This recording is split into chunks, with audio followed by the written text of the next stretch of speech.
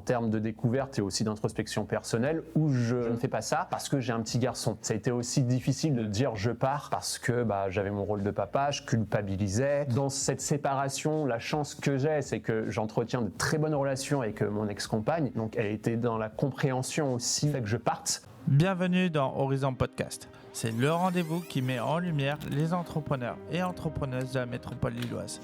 Je suis Anthony Farchet, fondateur d'Horizon Capture. C'est un collectif créatif 360 degrés qui accompagne les professionnels avec de la vidéo, de la photo et de la communication digitale. Ici, on parle de parcours, d'histoire, de réussite, d'échecs et de défis. Bref, tout ce qui fait la vraie vie des entrepreneurs. Installe-toi bien, prends-toi un café ou un thé et c'est parti.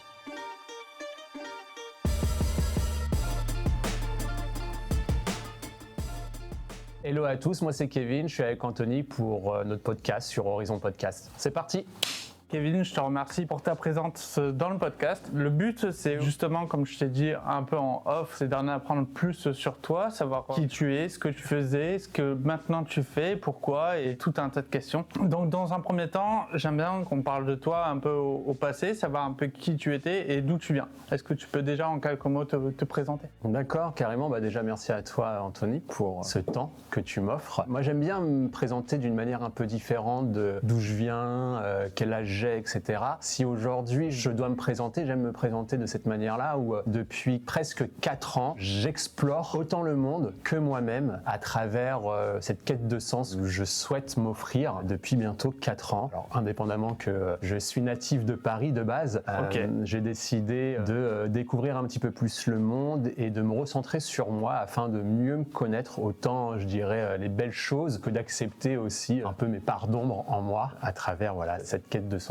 que je réalise depuis 4 ans maintenant bientôt. D'accord. Quand on s'est rencontrés, tu m'avais expliqué que tu avais voyagé. Ouais. J'ai aussi voyagé dans le passé. Ce que j'aimerais bien savoir, c'est comment est-ce que tu as voyagé? Est-ce que tu as voyagé en mode sac à dos ou justement c'était des petits voyages par-ci par-là? Comment tu as fait ça? Alors la plupart de mes voyages depuis je dirais 4 ans se font uniquement en sac à dos. Avant je voyageais soit avec ma famille ou mes amis de manière je dirais un petit peu plus classique ou ancrée, c'est-à-dire on avait les vacances estivales l'été en famille, toujours à la même location, etc.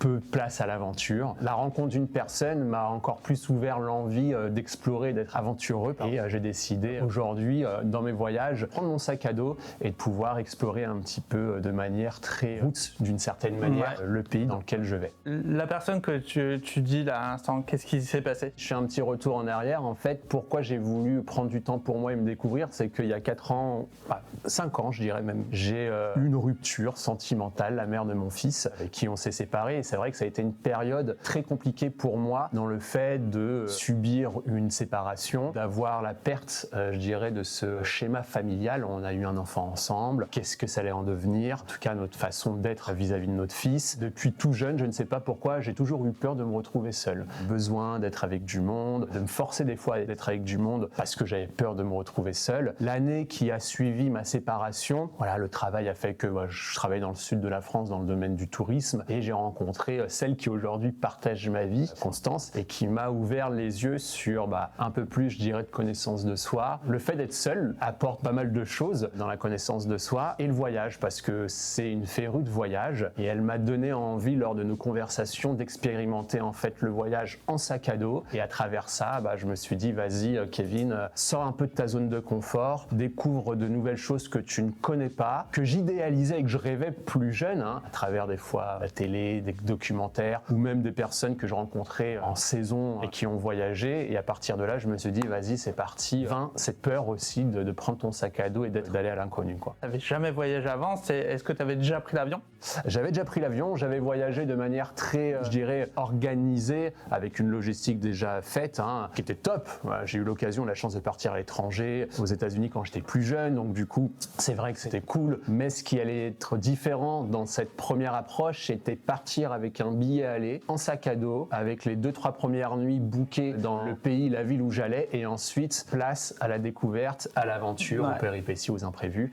Et ça a été, aujourd'hui, c'est pour moi une force et une énergie qui m'accompagne tous les jours. Mais la veille de mon départ, j'étais angoissé, tétanisé au point de littéralement tout annuler la veille du départ. Ouais, je comprends totalement ton ressenti. En 2018, moi aussi j'ai décidé de faire un voyage, de mon plein gré certes, mais je veux dire c'est par rapport à un ami qui lui il m'a dit écoute, si t'es chaud, on y va ensemble. On y va. Là j'ai la possibilité de prendre les billets, donc je prends les billets, on partage et on y va en fait. Donc en fait j'avais absolument rien prévu. D'accord. Et par contre j'avais jamais pris l'avion ni quoi que ce soit. Et là on est parti à sac à dos en Asie, etc.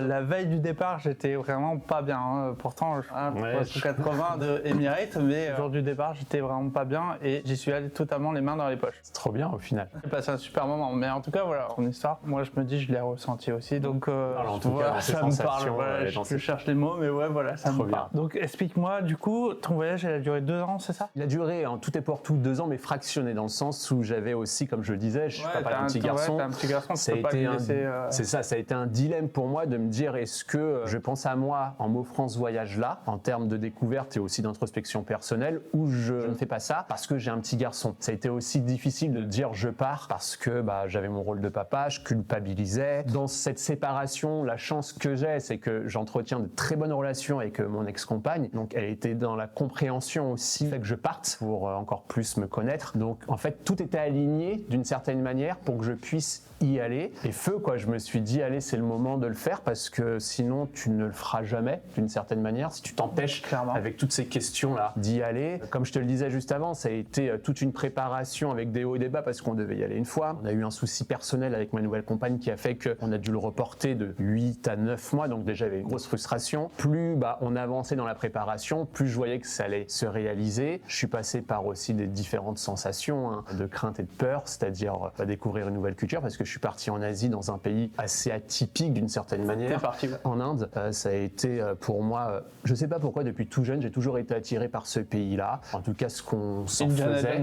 Du coup, plus on arrivait à deadline, plus je me disais waouh, ça va être compliqué d'y aller. Comment je vais être accepté? Est-ce que je vais réussir? Est-ce que je vais pas manquer de choses, que ce soit financière, un toit? Est-ce que je vais me faire avoir? Enfin, pas mal de questionnements. Et en fait, avant de partir en Inde, on a décidé au dernier moment d'ajouter un nouveau pays pour aussi se laisser aller dans la découverte de l'Asie. Pour moi, ma compagne l'avait fait plusieurs fois, le Népal. Donc on avait décidé de partir 1 mois et demi au Népal pour pouvoir faire un trek sur l'Himalaya, dans les chaînes de montagne, et en même temps se laisser, comme je te disais, aller par la découverte culturelle, spirituelle de ce pays, avant de mettre les 2 pieds dans un pays beaucoup plus intense qui est l'Inde. D'accord. Et comment est-ce que, là tu partais pendant 1 mois et demi, comment tu faisais pour gérer déjà ton voyage, tout ça, mais aussi ta relation avec ton fils? Alors, bonne question. Ça a été, au fur et à mesure, avec du recul, je me dis que ça a été une gestion avec mon fils qui s'est fait jour après jour parce que dans ma tête, je partais avec l'idée de l'avoir tous les jours au téléphone, en visio. Des fois, la connexion Internet marchait pas. Des fois, j'étais pris aussi le décalage horaire. Le décalage horaire, déjà. Ah ouais, clairement. Les connexions Internet et j'étais pris par, je dirais, ma nouvelle vie d'explorateur d'une certaine manière parce que pour moi, j'avais une nouvelle identité d'une certaine manière en arrivant dans un pays, en voyage comme ça. Voilà, après, on a toujours garder contact, ne serait-ce que de manière sous papier, parce que je lui ai envoyé une carte postale du Népal et de l'Inde, parce qu'il y a des pays que j'avais fait. La visio, malgré tout, fonctionnait bien, malgré le décalage horaire, en fonction des points de chute qu'on avait. Même si des fois on était à 3-4 000 mètres d'altitude au Népal, il y avait dans les guest house des points et des coins Wi-Fi, donc on arrivait quand même à capter Internet facilement. Le lien s'est fait facilement avec mon fils, et en même temps, moi, dans la logistique et l'organisation, comme je te le disais, ça a été vraiment une préparation en amont sur, ok, il faut qu'on book un guide au Népal pour aller faire l'Himalaya parce que seul on peut pas y accéder, et en même temps, une fois qu'on avait booké notre guide, c'est une fois qu'on a fini ce schéma-là de ok, on a 15 jours avec notre guide népalais pour aller à quasi 5000 mètres d'altitude, on va voir après ce qui va se passer. En fait, on a vécu, et en tout cas moi j'ai l'impression d'avoir vécu 2 voyages en un au Népal. Le premier, on était encadré dans la logistique du guide népalais, et ensuite une fois qu'on était sorti, on se laisse porter par les opportunités, les rencontres de la vie et notre envie de voyager ou de rester statique à tel endroit. Je n'ai pas fait l'Himalaya, tout ça. Moi, je suis parti en Thaïlande, Laos, Cambodge et Vietnam. Et je sais que je suis parti 4 mois, mais il y avait des moments où je ne faisais strictement rien. Bien sûr, ouais. Et des moments où, justement, des rencontres ou quoi, j'avais pas forcément un programme prévu, mais à chaque fois, je rencontrais une personne qui me disait « Ah, tu devrais aller à tel endroit, on peut faire ci, on peut faire ça, et je vais dire ok, le lendemain, boum, tu vas au bus et tu pars à tel endroit, alors que tu n'avais rien prévu la veille pour le lendemain. En fait, c'est juste une histoire de rencontre Tout à fait, ouais. et c'est ça qui est assez magique avec les voyages. Carrément, ouais. Je te rejoins dessus parce que après coup, j'ai eu la chance du coup de voyager plusieurs fois. On a voyagé 2 ans, mais on faisait des allers-retours quand même en France tous les 2 mois et demi parce que j'avais mon petit garçon, il fallait aussi se refaire un peu. Il avait quel âge ? 6 ans. 6 ans. Ouais, mais je veux dire, il était déjà grand en fait. On avait aussi pris le temps de lui expliquer le pourquoi du comment. Donc les allers-retours se faisaient tous les 2 mois et demi, autant pour mon fils que aussi la famille de ma compagne, que faire aussi un petit peu financièrement, malgré tout. Même si c'est des pays où tu dépenses peu d'argent, mais il faut quand même avoir un minimum d'argent pour pouvoir... la possibilité de travailler à l'étranger J'aurais ou pu, pas. mais c'était pas l'envie. Je l'ai fait dans des fermes où, chez l'habitant, en contrepartie, ils nous logeaient gratuitement et on faisait du bénévolat, donc on les aidait dans les fermes, pour retaper une maison, enfin, façon de parler, mais en tout cas être dans la démarche d'aide, d'entraide, pour pouvoir les aider à faire des tâches et en contrepartie nous donner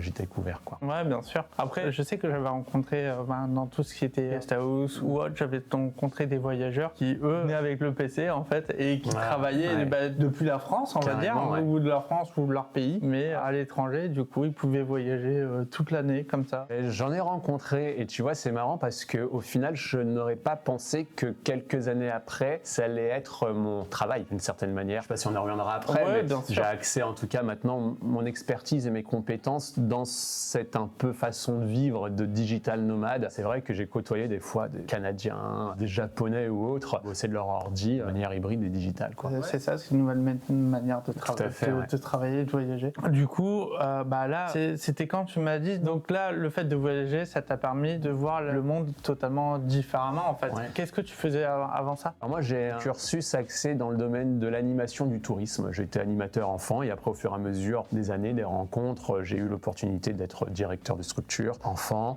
Je me suis perfectionné dans de l'accueil aussi d'adultes, style camping et autres, où j'ai passé des diplômes pour être responsable d'établissement touristique. Et ensuite, j'ai fait un peu, je dirais, mes armes dans ces domaines-là. L'accueil de groupe, la gestion d'établissement et mettre en valeur, je dirais, un peu le côté fun, vacances mémorables, événements au sein de la structure que je chapeautais seul ou avec d'autres personnes qui co-dirigeaient avec moi. D'accord, donc en fait, là même le fait d'avoir voyagé ou quoi, c'est global en fait, tu restes toujours dans la même activité en fait, dans la même sphère. C'est juste que ça t'a permis de voir les choses autrement et comment affiner ou savoir dans quelle direction tu vas aller, mais tu restes toujours dans le côté social, je dirais, tourisme, tourisme, approche, contact avec clientèle et en même temps faire en sorte de dépasser certaines barrières mentales auprès de certaines personnes qui viennent me côtoyer sur différents événements, projets, qui soient collectifs ou personnels, parce que c'est ce que j'avais moi il y a 4 ans, je prends toujours comme image le Kevin d'il y a 4-5 ans comme il était et ce que je suis devenu aujourd'hui avant de partir, prêt à perdre des milliers d'euros parce que j'avais peur, parce que mon mental, parce que mes croyances,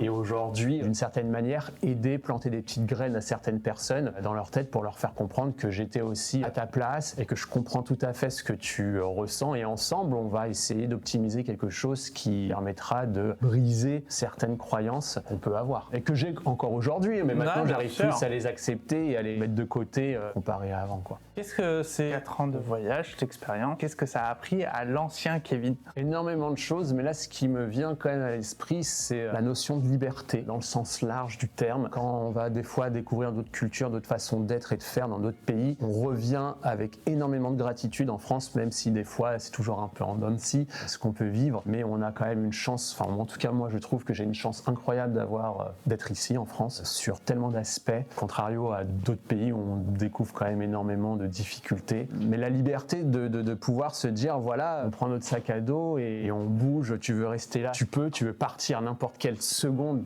tu peux aussi, t'es amené à rencontrer, à partager des moments de qualité avec des personnes. J'ai du mal moi avant à me donner en fait en termes de liberté, en termes de temps, je pouvais peut-être faire facilement des choses pour des personnes pour leur faire plaisir au détriment de moi-même. Une meilleure connaissance de soi du coup, parce qu'au final des conditionnements d'antan, de mon éducation personnelle ou autre faisaient que je pouvais moins prendre de temps pour moi et le goût de l'aventure, qu'elle soit pro ou perso. Ouais. Est-ce que tu peux me raconter une anecdote de voyage, un moment où genre tu t'es senti un peu bloqué ou un moment important qui a fait que tu savais plus comment faire, que tu maîtrisais plus les choses ou quoi que ce soit? Ouais, carrément, j'ai une image en tête, je me souviendrai plus de son prénom, mais j'ai rencontré au Népal un vendeur de thé qui tout de suite est venu m'aborder pour pouvoir me vendre son produit et en même temps me faire goûter le thé. Moi, je suis amateur de thé et j'étais carrément dans l'envie de changer avec lui. Donc, une tasse ou deux, on échange et à partir de là, il m'invite dans son, je dirais, local de thé pour m'expliquer un peu le fonctionnement. Il me fait rencontrer toute sa famille, ses enfants, sa femme. De là, on ne se sent pas obligé d'acheter, mais on a passé tellement un moment super agréable et bienveillant qu'on achète avec donc ma compagne quelques petits thés et à la fin de ce moment-là, il nous invite à manger chez lui avec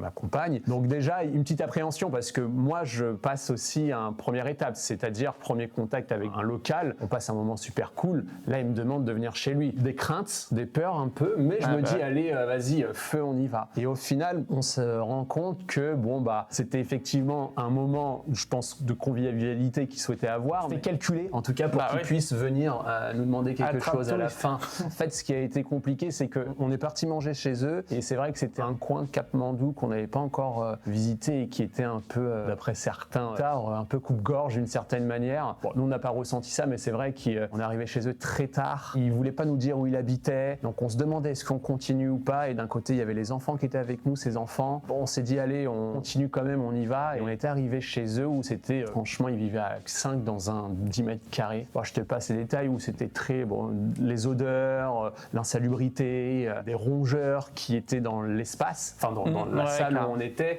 Et c'est vrai qu'on était passé d'un moment super intéressant le matin où on était en plein cœur de Katmandou, au soleil en train de boire un thé, à un autre cadre où c'était vraiment beaucoup plus intense, dark, insalubre. Mais ce qui était intéressant, c'était qu'on sortait de notre zone de confort et en même temps, on essayait de prendre un peu de distance parce qu'on voyait qu'il y avait un autre visage qui s'est créé. Oui, et du coup, tu as peur pour toi et pour ta compagne. Tu te demandes quelle est la suite. Donc, on était ouvert à l'échange, mais en même temps, sans se concerter avec ma compagne, on était quand même à l'affût l'un pour l'autre de ok, s'il se passe quelque chose, comment on réagit. C'était tout con, mais après, l'instinct aussi dans le voyage, je trouve qu'il est aussi important. On s'est installé sans le vouloir naturellement près de la porte de sortie, je me souviens, au cas où s'il y avait quelque chose. Tout ça pour qu'au final, on échange, on passe un moment, on mange chez eux et qu'à la fin, effectivement, il nous montre la misère dans laquelle il était pour nous demander une somme d'argent et l'aider lui et sa famille, quoi. C'était intéressant avec du recul parce que pour moi, c'était une toute première, et même pour Constance, une toute première approche comme celle-ci qu'on n'avait jamais vécue et qui nous faisait sortir réellement de notre zone de confort, qui au final s'est bien passé. On a vécu 1h30 intense, on est ressorti de là, on a été fatigué corporellement et même psychologiquement parce que c'était beaucoup de questions sur ce qu'on gagnait en France, comment on est venu ici, est-ce qu'on avait de l'argent. La quasi-totalité de notre échange était tournée autour de l'argent. Nous, on voulait découvrir un peu plus le local et la culture, donc il y avait quand même une distance, quelque chose de différent entre le moment pourquoi nous on souhaitait venir et eux pourquoi ils voulaient qu'on vienne. D'accord, parce qu'après dans le monde du tourisme, il y a deux catégories. Il y a soit la personne touriste qui va faire les attractions pour touristes, ou justement les personnes qui viennent avec le sac à dos, qui eux vont plus rentrer au cœur pour découvrir la manière dont vivent les gens, etc. Donc c'est vrai, moi de ma manière de voir les choses quand je suis parti voyager, c'était vraiment ça. Il y avait ceux qui étaient là, ils allaient au resto pour touristes en fait, ceux qui restaient entre guillemets en France mais à l'étranger, et ceux qui peur d'aller avec leur sac à dos et rentrer dans les favelas, c'est pour manger locaux ou découvrir des locaux en fait. Ouais, après je pense que le voyage il en faut pour tout style et toute manière de voyager, mais celle-ci en tout cas, moi à ce moment-là c'était l'optique dans laquelle j'étais parti avec mon sac à dos, c'est-à-dire être dans l'authenticité, dans des sentiers un peu battus, d'être au contact au maximum du local. J'aurais pas pensé que ça aurait été intense cette partie-là, mais c'est un agréable souvenir et un bon moment qu'on avait pu en tout cas échanger et partager avec cette famille, même avec ma compagne, quoi.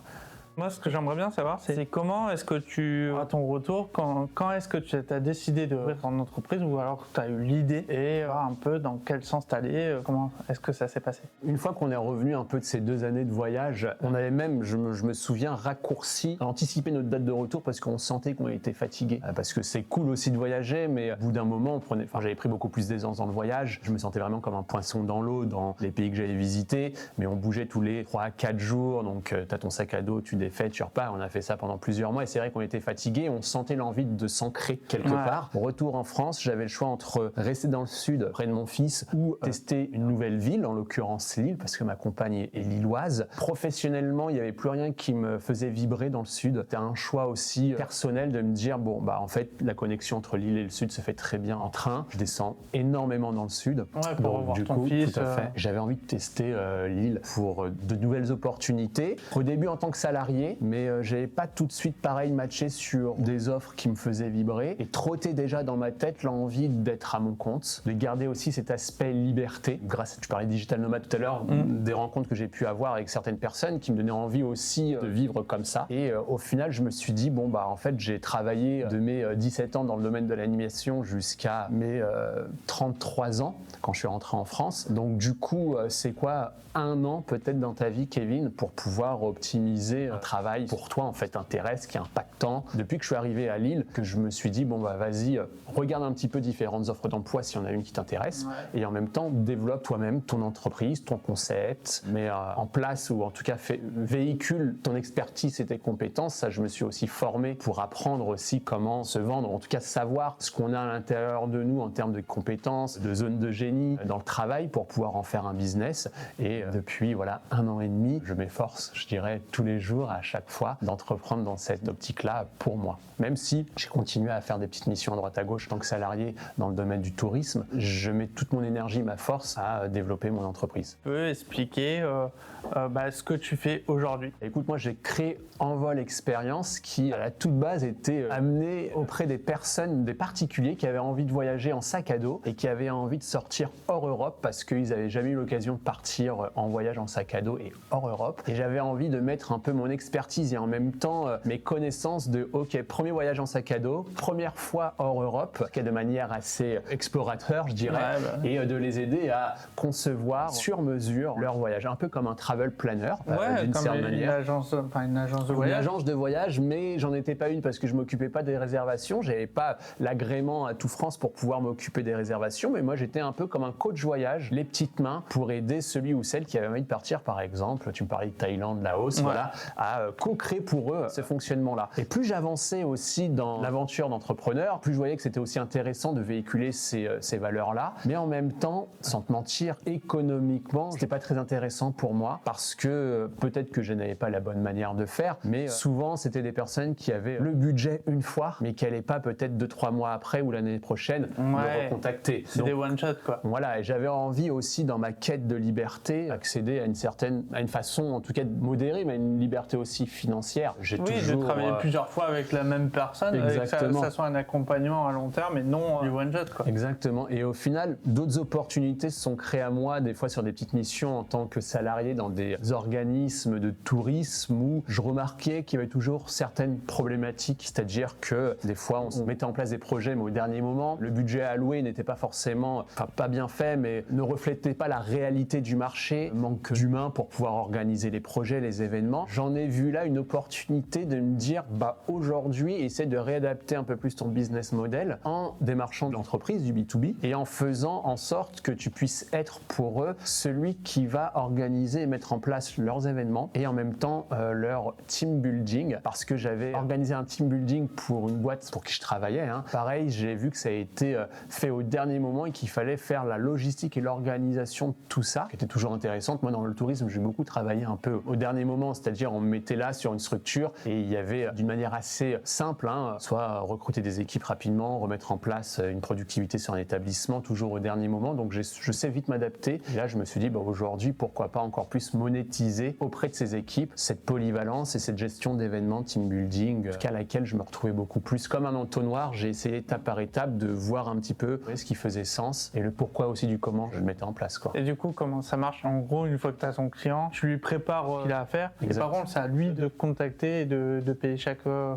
Exactement, tout à fait. Ouais. En fait, la plupart des prestations que je vais mettre en place, moi, je chiffrerai mon intervention, mais je vais m'occuper de dégrossir toute la logistique, la mise en place, les contacts prestataires, la négociation aussi tarifaire de certains endroits, l'organisation d'animation que je vais proposer au fur et à mesure avec celui ou celle qui gère un peu l'événement. En règle générale, c'est souvent un peu le service marketing de l'entreprise pour voir si ce que je propose correspond correspond bien à leurs attentes afin qu'ils puissent, eux, de manière très simple, appuyer sur le lien et procéder au paiement. D'accord, ok. Avec quel type d'entreprise tu travailles? Je travaille, alors j'ai toujours eu un pied, comme je disais, dans le domaine du tourisme, donc je garde un contact auprès d'organismes, acteurs, jeunesse / adultes pour pouvoir organiser leurs événements. Pas plus tard que cette année, j'ai eu la possibilité d'intervenir dans une association qui se mettait en place des séjours vacances pour enfants à l'étranger et mon rôle a été de concevoir une vingtaine de séjours pour les enfants, en France comme à l'étranger. Donc m'occuper de la logistique, contact prestataire à l'étranger, faire l'itinéraire, mettre en place aussi une plus-value sur le séjour pour éviter que ce soit trop tourisme de masse et en même temps vivre une expérience. Sûr que tout soit bien cadré. Exactement. Pour les enfants, quoi. Tout à fait. Donc ça, j'avais aussi une expertise puisque ça a été mon travail pendant plusieurs années.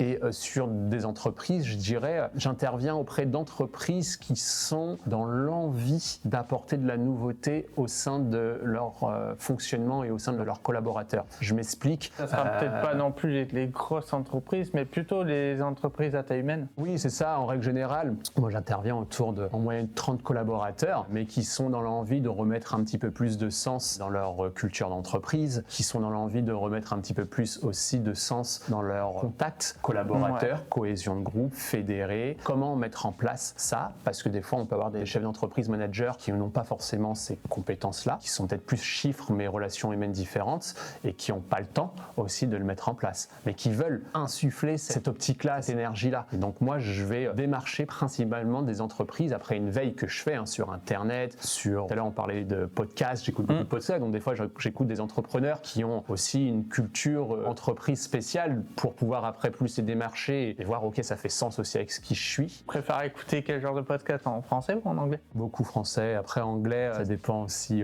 la personne, dans le sens où je parle anglais, mais des fois, je vais avoir plus l'anglais voyageur, moi, que l'anglais, par exemple, financier. Demain, une personne qui va me parler de finance en anglais, peut-être j'aurai beaucoup plus de mal à comprendre qu'une personne qui va être calée sur du tourisme, par exemple. Tu parlais en anglais avant tes voyages? Ou c'était plutôt...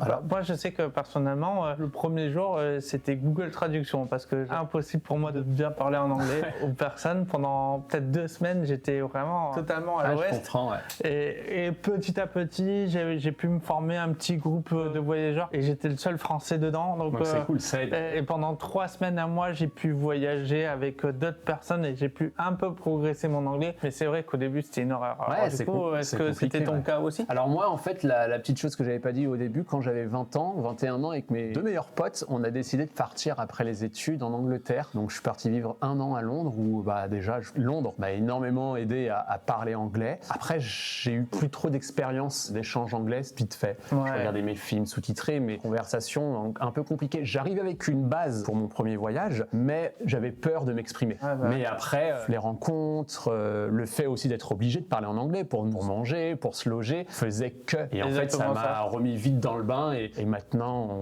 j'ai moins peur de parler en anglais et j'ai beaucoup plus d'automatisme qu'avant. Surtout que moi, ce que j'avais remarqué, c'est que c'est pas avec les locaux qu'on apprend l'anglais. C'est justement avec les voyageurs que tu rencontres dans les guest house, dans les hôtels, dans tout ça. C'est avec eux qu'on apprend l'anglais. Les Thaïlandais, ils ont le même anglais que moi, ils savent pas parler. Donc c'est plus avec les personnes que tu rencontres.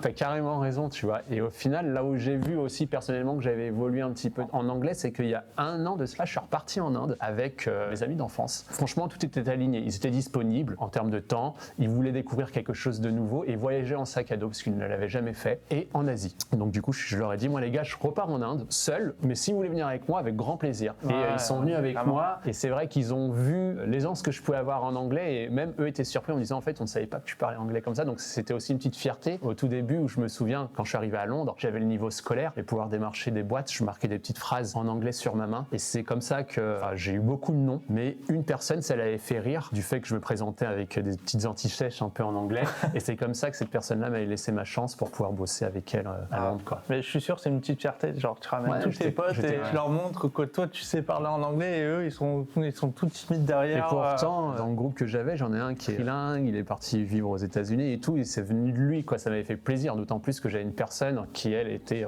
trilingue mais qui parle très bien anglais. Ça m'avait fait super plaisir. Je suis friand d'anecdotes et du coup là ton histoire de tout à l'heure j'ai vraiment adoré. Est-ce que là le fait de créer le voyage ou les activités des entreprises, est-ce que tu peux m'en raconter un? Je suis intervenu auprès d'une entreprise qui avait envie de remettre un peu de souffle, je dirais, avec ses collaborateurs. Dans ma façon aussi d'intervenir, je peux soit arriver quelques jours dans l'entreprise, faire comme un peu un audit, sonder un peu les gens sur ce qu'ils aimeraient avoir dans l'entreprise, les choses qui vont, qui ne vont pas à leur échelle et apporter une petite amélioration par rapport à ça. Et moi, j'avais donc du coup fait ça pour une entreprise à Lille qui avait une quinzaine de collaborateurs et c'est vrai que sur les moments de déj, ils parlaient beaucoup de voyage, d'aventure, que ça soit collective avec les collègues ou même personnel, mais le temps, l'argent faisait que des fois, ils n'osaient pas. L'entreprise qui m'avait contacté n'avait pas d'idée, ils voulaient vraiment innover ce team building, cet événement, ils n'avaient pas d'idée pour pouvoir rassembler leurs équipes et au final, j'ai créé sur mesure leur événement que j'ai proposé quelques jours après être intervenu auprès de l'entreprise.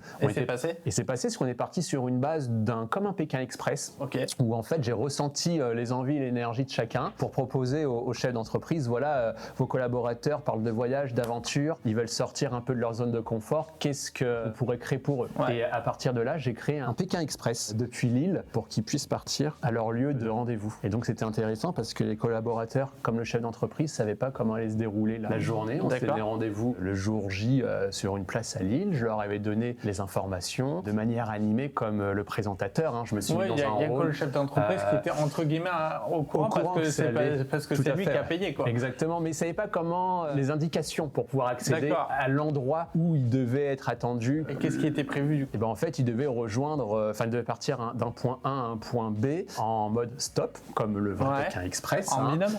En binôme. Je te la fais courte, mais afin de savoir s'ils avaient bien pris la voiture, ils devaient filmer le moment avec le conducteur ou la conductrice. C'est trop bien. Avec différentes épreuves et ils devaient arriver avant midi ou midi et demi pour pouvoir passer à l'étape suivante. Et sur place, il y avait de quoi se restaurer et après il y avait les épreuves de l'après-midi. Les premières équipes gagnaient des bonus pour ensuite faire un petit point rapide de 15-20 minutes chez l'entreprise vis-à-vis de ses équipes. J'essaie de faire en sorte que ce moment soit vraiment récréatif plus que gros slide, gros PowerPoint et voilà, on va envoyer du steak. Le but c'était vraiment de sortir de ce cadre-là parce que les employés voulaient ça aussi.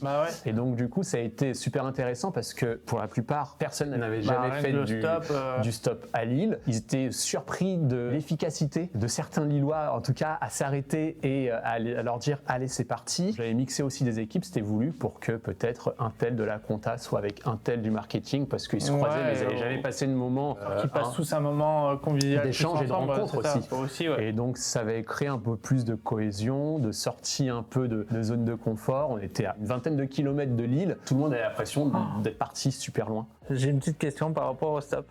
Alors moi j'ai fait une fois du stop, c'était à Belgrade, donc en Serbie, et l'idée c'était de partir en Roumanie. Alors j'ai mis 3 heures à partir. Alors est-ce que à Lille il y a vraiment des gens qui s'arrêtent pour prendre des gens en stop, surtout si c'est des garçons? On sait très bien que le stop si t'es une fille ça marche, mais par contre si t'es un garçon tu peux attendre toute une journée, des fois ça marche pas. Là c'est des binômes. Alors est-ce que vous avez payé les automobilistes pour s'arrêter histoire de dire c'est vraiment du stop, ou est-ce que ils ont tous eu de la chance, ils sont tous partis? Alors ils sont tous partis. Ils avaient, je l'ai pas dit, mais une petite enveloppe avec un tout petit budget pour vraiment prendre le métro si c'était compliqué. Mais le but c'était de ne pas prendre le métro et de pris en stop. J'avais mixé les équipes, et puis c'est une parité, un homme, une femme. Au moins c'est sûr ça part. Et au final, après c'est mon état d'esprit, mais je pense que tellement qu'ils vibraient, qu'ils avaient besoin de ça, eux-mêmes se sont pris dans le jeu en fait. Ils étaient super contents, ils avaient envie de jouer que facilement j'ai l'impression les automobilistes se sont arrêtés. Alors certains ont attendu plus de temps que d'autres, mais la dernière équipe est arrivée avec 3 quarts d'heure de delta. Donc c'est pas si grand que ça en fait dans l'attente. Donc c'est que ça a marché quand même. Moi j'avoue, j'étais pas dans l'autostop, j'avais ma voiture parce qu'il fallait que j'accueille les équipes au point final d'arrivée. T'as pris personne au passage. Mais je m'étais dit si vraiment ça couac, voilà, ils avaient, ça faisait partie du jeu comme un peu. J'avais fait un qui veut gagner des millions en mode voilà, l'appel à un ami. Moi c'était ok, ils peuvent m'appeler. Si vraiment ils ont du mal, je les récupère, mais ils perdent des points pour la prochaine étape. Donc, il y avait aussi un peu comme une compétition, même si à la fin chacun gagnait un lot, mais voilà, il était joueur et compétitif un peu. Ça devait être un moment parfait. Vraiment. Ouais, c'était cool. J'avais jamais fait ça. Je suis venu 2 jours dans la boîte, j'avais ressenti l'énergie, je me suis dit allez vas-y. Et tout le monde a accepté de jouer le jeu. Tout le monde a accepté. Est-ce que tu peux me dire, à une fourchette près, le montant que ça a coûté? Ma prestation? Non, mais en la globalité. Peut-être plus parler de ma prestation, ça dérange pas parce que je pense que le côté après, je veux pas que les collaborateurs découvrent, je sais pas, après bien sûr, la carrément. notion qu'a le chef d'entreprise vis-à-vis de ça. Mais je sais que nous, on avait parlé librement. Une prestation comme ça dans la journée où j'ai dû m'occuper de la logistique, faire l'animation, etc. On est grosso modo, j'étais à 950 €. D'accord, ok. T'as eu du taf aussi avant. Il y a toute une préparation Ouais, il y a la avant, une préparation. veille. Et la plus-value, c'est que moi, je me suis déplacé sur site, j'ai négocié les tarifs. Voilà, j'ai fait du sur-mesure aussi dans la création de ce D'accord, jeu. ok. Plus après, voilà, tout ce qu'il y a pu avoir, la nourriture, la location du lieu, l'afterwork après. Le retour s'est fait en quart.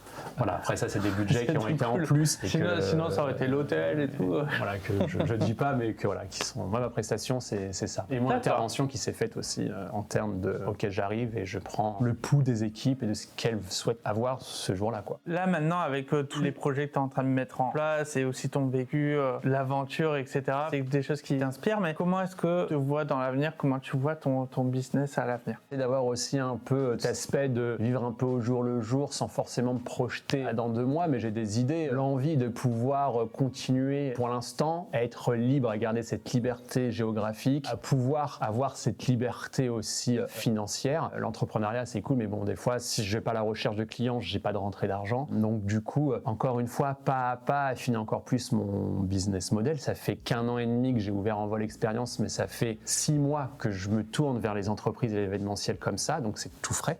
Ouais.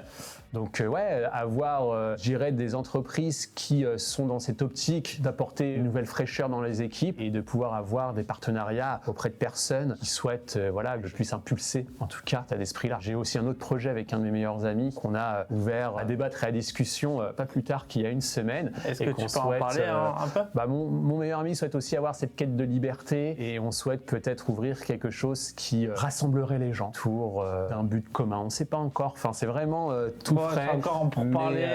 On s'installe dès la semaine prochaine, 1 heure en tout cas par semaine pour en parler et voir sur l'année à venir ce qu'il en est. Donc pouvoir encore entreprendre des choses et garder cette liberté, cette quête d'aventure, qu'elle soit professionnelle et personnelle, que ce soit auprès de ma compagne, puisqu'on aime vivre aussi des choses à deux en aventure, avec mon fils, parce qu'on crée aussi des micro-aventures, que ce soit en France et à l'étranger. Donc être dans cet état d'esprit-là. Ah mais c'est génial. Comment est-ce qu'on peut te retrouver aujourd'hui? Moi, je communique uniquement sur LinkedIn. Si vous êtes intéressé de découvrir un peu mon vécu personnel, mon vécu pro aussi, c'est via LinkedIn et les posts que je mets en ligne. J'aime aussi partager sur ce que j'ai vécu professionnellement et aussi partager mon ressenti personnel. Ça peut que ça touche 10 000 personnes ou une personne. Pour moi, le rendu sera le même parce qu'au moins, j'aurais peut-être inspiré quelqu'un ou en tout cas, quelqu'un serait arrêté en disant voilà, ce qu'écrit Kevin, ça me parle, ça m'a aidé à avancer en découvrant un post qui m'a donné envie d'écouter le podcast, qui m'a donné envie d'acheter les livres de la personne et au fur et à mesure d'avancer, quoi. C'était un nouvel épisode d'Horizon Podcast. C'est produit par Horizon Capture.